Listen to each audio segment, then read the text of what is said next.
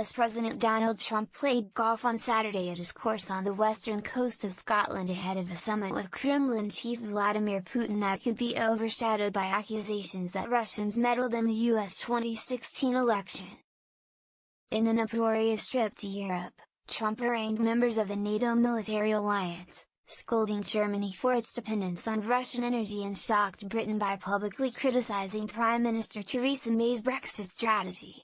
Trump apologized to May for the furor over his withering public critique, blaming fake news and promising instead a bilateral trade agreement with Britain after it leaves the European Union in March.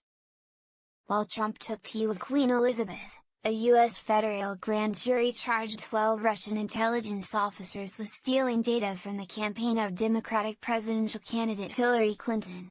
Trump has repeatedly said the investigation into suspected Russian interference in the 2016 U.S. election, which he casts as a rigged witch hunt, makes it hard for him to do substantive deals with Moscow.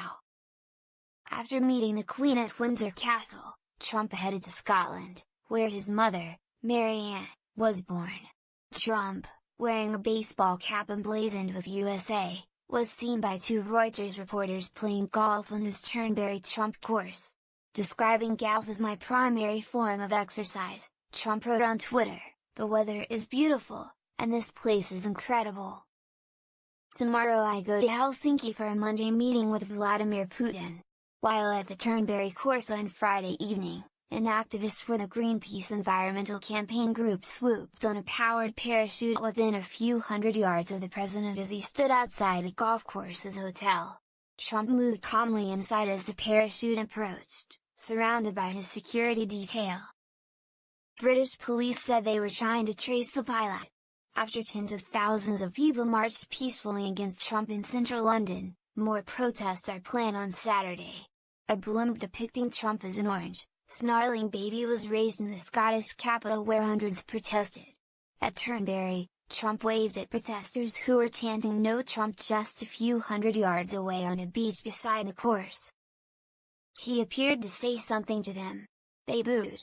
"I'm here as a quiet protester to say, I really don't want this man in our country," said Graham Creelman, 70, who joined a small protest on the beach.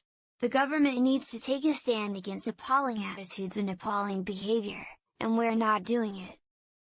British Trade Secretary Liam Fox said anti-Trump protesters were an embarrassment to themselves as they had shown bad manners to the leader of the free world.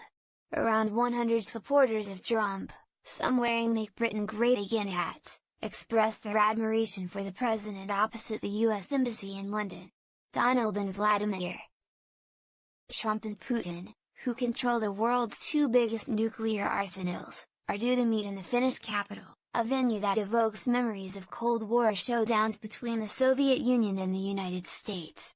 Trump, a 72-year-old former New York real estate developer who praises his own deal-making skills, and Putin, a 65-year-old former KGB spy who cultivates a macho image as a Russian man of action, are due to have some time alone at the summit. In the most detailed U.S. accusation to date that Moscow meddled in the presidential election, a federal grand jury said Russian military intelligence agency officers covertly monitored computers of Clinton's campaign and Democratic campaign committees, and stole large amounts of data. The charges shine an even greater spotlight on Trump's treatment of Putin, who has repeatedly denied Russia sought to intervene or skew the U.S. election that Trump, a Republican, unexpectedly won. Trump questioned why Barack Obama had not acted on claims of Russian meddling if the FBI had informed the then-president ahead of the 2016 election. He also asked where the Democratic National Committee server now was. Why didn't the FBI take possession of it? Deep state? Trump asked on Twitter. When asked at a news conference on Friday whether he would tell Putin to stay out of U.S. elections, Trump said yes. The president also indicated he did not expect much progress on the issue. "I will absolutely bring that up," Trump told reporters. "I don't think you'll have any I did it. I did it. You got me."